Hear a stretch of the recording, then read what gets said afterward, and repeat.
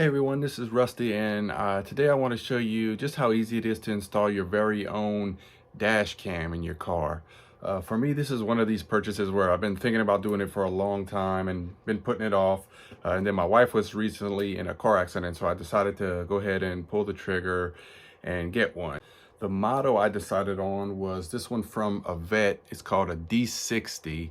It retails, the list price is $189, but on Amazon I've bought two of them so far and I haven't paid that price. I don't know if it's one of those items that's always on sale, but when you're looking into it, I know it's gonna kind of be overwhelming. There's a lot of options out there. There definitely are cheaper options, but the reason I chose this one was for a few reasons. First of all is that not only can it record the road while you're driving, but it also has a camera on the back that's gonna record the cab and the people in the car, in case you're ever stopped by a cop or you maybe just want to replay some funny moments that happen in your car.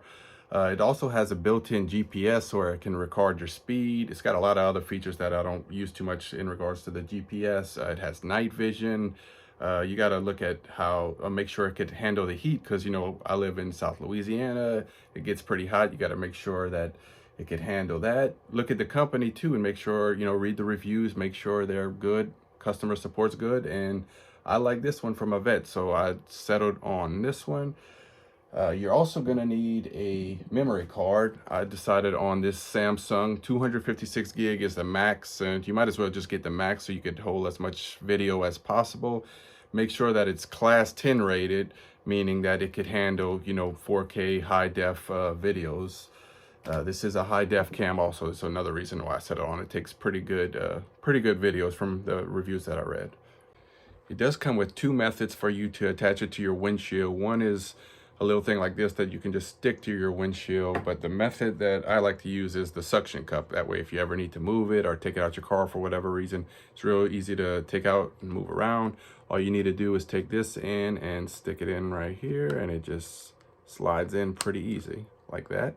It also comes with a car charger, so it could plug right into your car, and a very long wire to where I'm going to show you how you can run this wire in a second. The next thing you want to do is take this tiny little memory card, don't drop it or misplace it, and just insert it into the slot in the bottom of the camera here, and you just push it in and it'll snap into place. Another thing I like about this camera is that to view the recordings, you don't have to take the memory card out every time. All you need to do is, there's an app that the camera comes with, and you just connect it via Wi-Fi, and you can look at your recordings that way if you ever need to look at them. So the very middle of the car is where I like to put mine. So here I'm going to just put it right here in the middle. I'm going to clean this area off with some alcohol, make sure it's nice and clean before I try to put my suction cup on it. All right, then all I'm gonna do is put my suction cup right here in the middle and just lock this into place. Straighten out my camera. So now that my camera's up, you'll see that my charging port is right here, so we don't want the wire just hanging down right here in the middle. So what we're going to do now is run it all the way up here, down here, and around out of sight to get to this charging port right here. So what we're going to do now is take this wire, and first we're going to try to tuck it up here in this area. Now if you'll notice, when you tuck it up here, it's going to have a tendency to want to come out on you. So what I found that works the best for me is if you just take a little piece of paper like this, fold it up a bunch of times, and just kind of jam it up there. That's what's worked for me. It's not a dumb idea if it works. I always say it's going to be out of sight, so nobody's going to see it. So if you just kind of jam it up there, and you see it kind of holds the wire in place for you. You could put another one, about right here to where it doesn't come out on you.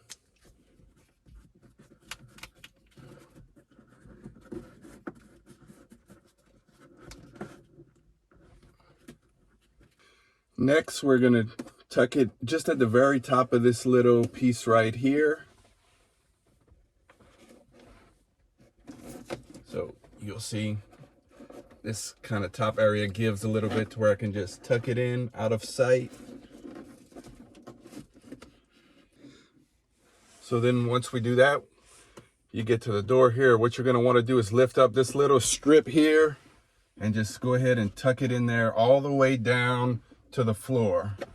It's real easy. This just comes right up and you can just tuck it in there hidden to where nobody's gonna see your wire. So I now managed to get my wire in this little area here all the way down. When I got on the side of the glove box right here, it did get a little tight, but I managed to get this lip up, hide my wire all the way down till it came out right here on the bottom.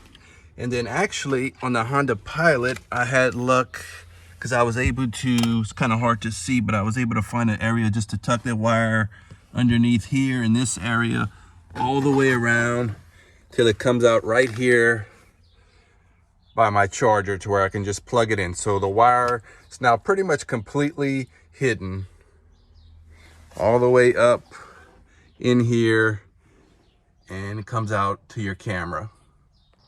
In my CRV, I didn't have as much luck being able to tuck it down here. So when it comes out here, I just kind of tied it up right here, as you see, and then it just comes out, and I was able to tuck it in here till it comes out to my camera. But it's, like I said, it's here underneath the glove box. So when you're up here, somebody's riding in your car, nobody's even gonna see that wire or know that anything's right there. So that's just another way you can run it if you can't find any place to actually tuck that wire into underneath there. All right, so now that it's plugged in, once I start the car, the camera's gonna automatically come on every time.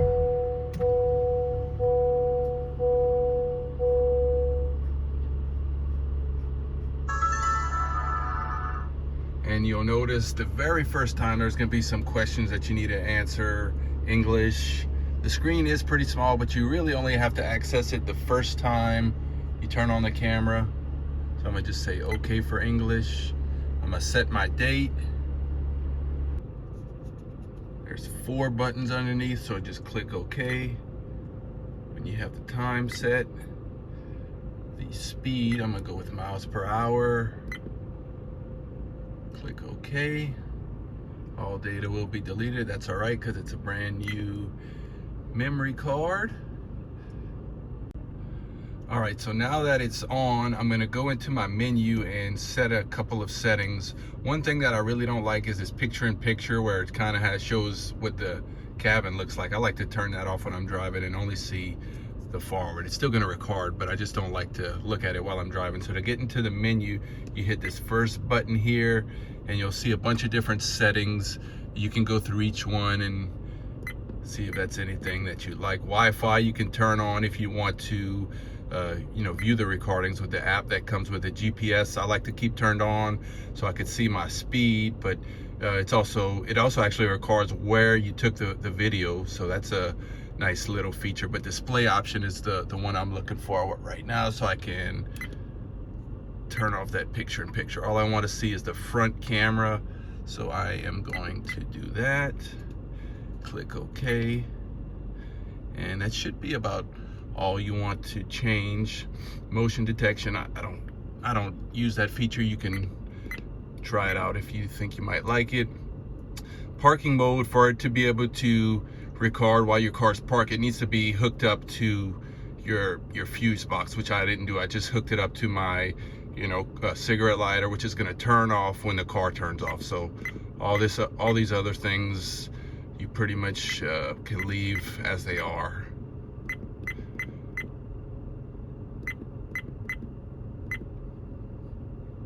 So now that it's set up, every time I start my car, it's gonna automatically record. And you'll notice it's recording because this red light's gonna be blinking red, and you'll see that it's recording up here. So there's nothing you have to turn on up here every time you turn on the car. It's automatic when the car starts.